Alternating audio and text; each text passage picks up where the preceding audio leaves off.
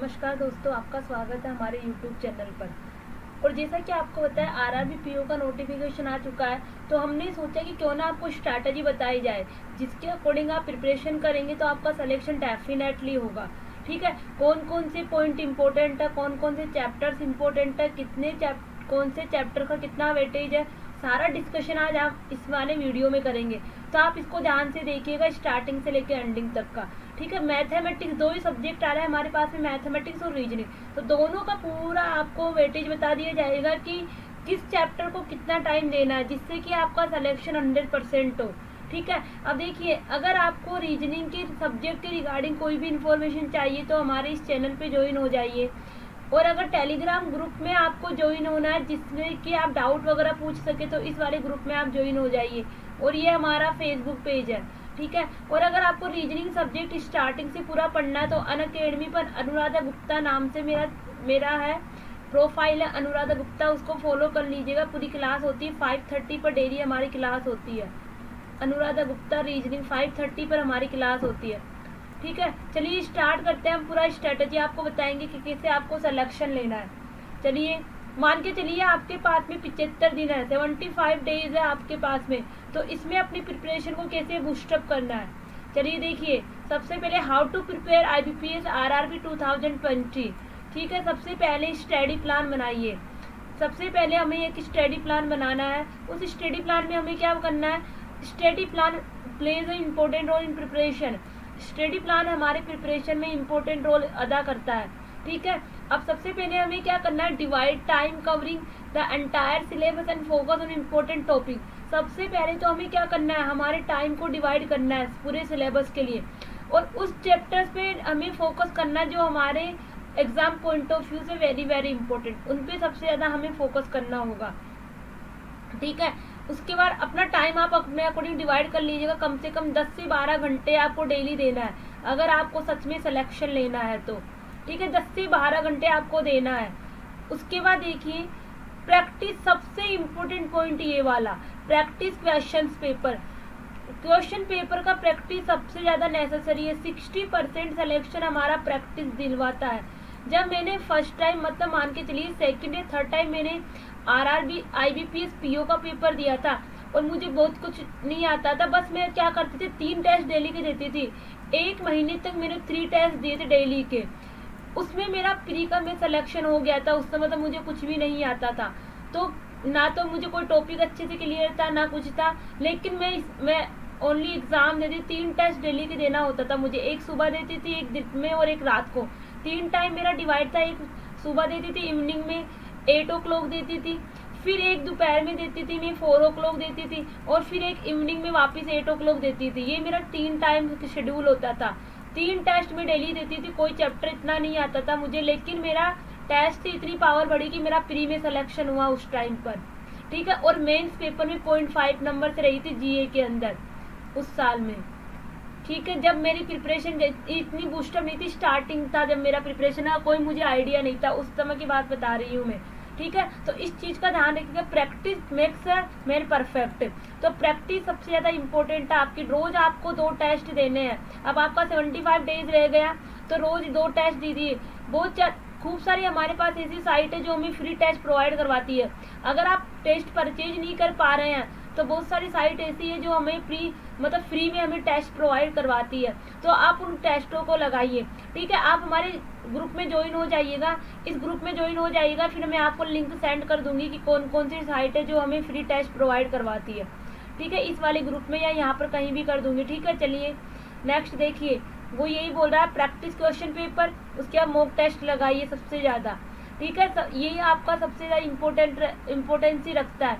आपको एग्जाम में कुछ नहीं करना होता है, पहला ज्यादा कुछ करने की जरूरत नहीं होती है, इतना कोई स्टडी प्लान मत बनाइए।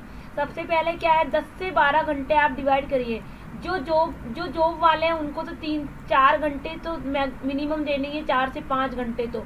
लेकिन अगर जो कुछ भी नहीं कर रहा है, वो ओनली प्रिपरेशन पे ध्यान दे रहा है, तो 10 से 12 घंटे उनको देना है।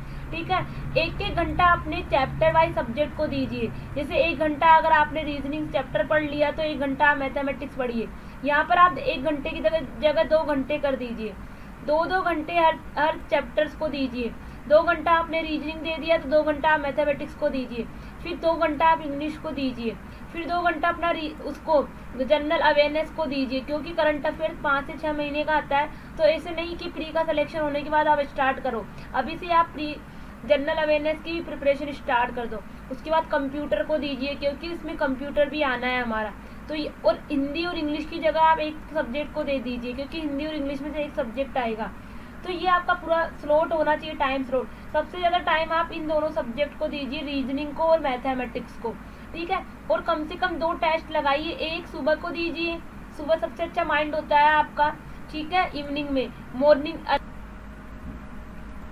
अब देखिए आगे हम बताते हैं आपको, हमने अभी तक स्ट्रैटेजी प्लान पूरा डिस्कस कर लिया कि आपको 3 स्पीड टेस्ट लगाने हैं, ठीक है। 3 स्पीड टेस्ट उसको लगाना है जो घर पे प्रिपरेशन कर रहा है, और एक स्पीड टेस्ट उसको लगाना है जो जॉब भी कर रहा है, ठीक है। अब आगे देखिए, ये हमारा रीजनिंग का क्वेश्चन आते हैं नंबर ऑफ क्वेश्चन 40, और ये हमारे क्वांटिटी के आएंगे नंबर ऑफ क्वेश्चन 40। अब देखिए 15 मिनट आपको रीजनिंग को देना है और रिमेनिंग टाइम आपको क्वांटिटिव को देना है, ठीक है। देखिए 15 मिनट जैसे ही कंप्लीट हो आप रीजनिंग से क्विट करके क्वांटिटिव में आ जाइएगा, ठीक है। ऐसे नहीं है कि आप रीजनिंग को करते जा रहे हो 45 मिनट खत्म हो गया आपको पता ही नहीं चला, ठीक है। जैसे ही 15 मिनट कंप्लीट हो आपका तो आप क्वांटिटिव में आ जाइए, ठीक है। उसके बाद आपको क्वांटिटिव का पेपर देना है, इस चीज़ का खास तौर पे ध्यान रखिए। और फिर लास्ट के 5 मिनट बचते हैं तो वापस रीजनिंग में जंप कर लीजिए, जिससे कि आपके मन में कॉन्फिडेंस आ जाएगा कि मेरे पास में इतने नंबर गेन हो गए, ठीक है। तो हमेशा ध्यान रखना, जब भी आप टेस्ट दो, मॉक टेस्ट दो, तो 15 मिनट के बाद में ऑटोमेटिक आप क्वांटिटी पे जंप कर लीजिएगा, ठीक है। सबसे ज़्यादा इंपॉर्टेंट बात है आपके लिए ये, ठीक है। ऐसे नहीं है कि आप करते जा रहे हो, रीजनिंग करते जा रहे हो, आती जा रही, चाहे रीजनिंग कितनी भी आए, 15 मिनट के बाद में हमें क्वांटिटी पे आ जाना है, ठीक है। ये हमारा पूरा मेंस का सिलेबस है, सेम टू सेम अभी से प्रिपरेशन स्टार्ट कर दो, जिससे कि सब सब्जेक्ट को आप सम टाइम दो। और यहाँ पर देखिए इन दोनों में से आपको एक सब्जेक्ट को टाइम देना है, चाहे आप हिंदी कर लीजिए चाहे इंग्लिश कर लीजिए, क्योंकि यहाँ पे भी कंपोजिट टाइम है, इंडिविजुअल टाइम नहीं है। तो टाइम आपको अपने अकॉर्डिंग डिवाइड करना है कि ओनली जनरल अवेयरनेस को आपको 10 मिनट देना है, कंप्यूटर को आपको 10 मिनट देना है, ठीक है। उसके अलावा पूरा टाइम आप इन तीनों सब्जेक्ट को दे देना, आपका आराम से पेपर हो जाएगा। अब देखिए वेटेज बताते हैं, यहाँ हम प्री के लिए लिखते हैं, यहाँ मेंस के लिए लिखते हैं, ठीक है। सिलोक्स हमारा वेरी वेरी इंपॉर्टेंट, ठीक है। ये सबसे ज़्यादा इंपॉर्टेंट है, 5 क्वेश्चन पक्का आएगा प्री में, तो मेंस में आ भी सकता है नहीं भी आ सकता। Alphabetical series very very important, 5 question fix है। इनपुट आउटपुट हमारा मेंस में आता है 5 क्वेश्चन। लॉजिकल रीजनिंग 10 क्वेश्चन आता है हमारा मेंस में। कोडेड अगर सिंपल इनइक्वालिटी है तो 5 नंबर का यहाँ मिलेगा, वेरी वेरी इंपॉर्टेंट है, जरूर आता है। और कोडेड है तो 5 नंबर यहाँ होगा। कोडिंग डिकोडिंग के 2 क्वेश्चन बनते हैं, और अगर मेंस है तो स्पेशल कोडिंग के 5 क्वेश्चन आएंगे, ठीक है। ये ध्यान रखिएगा। डेटा सफिशिएंसी मेंस में आती है 5 नंबर। पजल हमारी 10 नंबर की पजल आएगी। एक पजल आएगी हमारी फ्लोर बेस्ड, एक हमारी होगी डेट वाइज, ठीक है। सेम टू सेम यहाँ पर 10 नंबर की। डायरेक्शन के 3 क्वेश्चन आते हैं, इसमें भी अगर आएंगे तो 3 क्वेश्चन आएंगे, लेकिन इम्पोर्टेंट है ये वाले, ठीक है, जिसपे स्टार मार्क किया जा रहा है, that is very very important. Order ranking में 3 क्वेश्चन आते हैं। Same to same number series, देखिए यहाँ पर नंबर सीरीज आपके प्री के पॉइंट ऑफ व्यू से बता रही हूँ, फिर ये सब मेंस में ये चैप्टर्स आते हैं आपके, मेंस में ये नहीं आता। तो प्री के कोडिंग बता रही हूँ 5 नंबर का आएगा। डेटा इंटरप्रिटेशन 10 से 15 नंबर का आएगा आपका, ठीक है। तो इनको ज़्यादा टाइम देना, और इन चैप्टर्स में आपको दिमाग नहीं लगाओगी तो भी क्लियर हो जाएगा आपका, ठीक है। 5 नंबर यहाँ हो गए, 10 से 15 यहाँ हो गए। उसके बाद देखिए अल्फा न्यूमेरिक सीरीज, वही अल्फाबेटिकल सीरीज हो गई। ब्लड रिलेशन के 3 क्वेश्चन कन्फर्म आएंगे आपके। उसके बाद सीटिंग अरेंजमेंट, एक तो सर्कुलर होगी एक लीनियर होगी, तो 5 नंबर यहाँ आएंगे, 5 नंबर यहाँ आएंगे आपके, ठीक है। उसके बाद देखिए quadratic equation, very very simple chapter, तो 5 नंबर आपको यहाँ से मिलेंगे। फिर सिंप्लीफिकेशन अप्रोक्सीमेशन, मान के चलिए कम से कम 10 से 12 क्वेश्चन आएंगे। अब देख लीजिए, आप खुद देख लीजिए कि इन चैप्टर को भी टच नहीं करेंगे तो आपके 25 नंबर तो आराम से बन रहे हैं मैथमेटिक्स में। और आप अगर इनको देखिए, अगर आप इन चैप्टर्स को भी टच नहीं करेंगे तो कम से कम 25 नंबर यहाँ से बन रहे हैं। और फिर जो रिमेनिंग 20 नंबर ही मान लीजिए चाहिए से, और जो रिमेनिंग है सारा आपको पजल को करना है। तो पहले इन चैप्टर्स को आप कर लीजिए। सिलोक्स हो गया हमारा, इनइक्वालिटी हो गया हमारा, अल्फा न्यूमेरिक सीरीज हो गई हमारी, जो हमने करवाए हमारे अनअकैडमी चैनल पर हमने करवाई है। ठीक है, इनको आप सबसे पहले इनको टाइम दीजिए। उसके बाद आप इनको टाइम देने के बाद में आप पजल स्टार्ट कर दीजिए। पजल सबसे ज़्यादा इम्पोर्टेंसी रखती है, डायरेक्ट 5 नंबर मिलते हैं हमें। सिंपल पजल आती है, मेरे चैनल पे पूरी पजल डली हुई है, हर चैप्टर्स वाइज टॉपिक मिल जाएंगे मेरे इस चैनल पर, जो भी टॉपिक आपको पढ़ना है। पजल की भी ट्रिक बताई गई, तो सबको देख लेना। मैथमेटिक्स में नंबर सीरीज मिल जाएगा आपको, ये सारे चैप्टर्स मिल जाएंगे आपको। उसके बाद क्वाड्रेटिक इक्वेशन कैसे हमें सिंपली सोल्व करनी होती है, ये सब मिल जाएगा।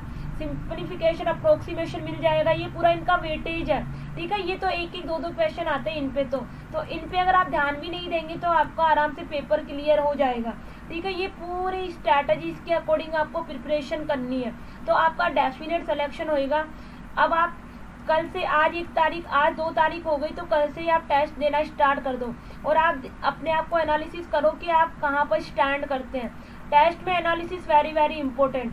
एनालिसिस नहीं करोगे तो पता नहीं चलेगा कि हम कहाँ पर लाई कर रहे हैं। ठीक है, इसलिए टेस्ट दो तो अब एनालिसिस जरूर कर लेना आप लोग। ठीक है, इस चीज़ का आपको ध्यान रखना है खास तौर पर। ठीक है, तो ये पूरी स्ट्रैटेजी प्लान है जो हमने आपसे डिस्कस किया है। तो इस वीडियो को देखने के लिए थैंक यू, और इस वीडियो को लाइक करिए और ज़्यादा से ज़्यादा व्यक्तियों में शेयर करिए।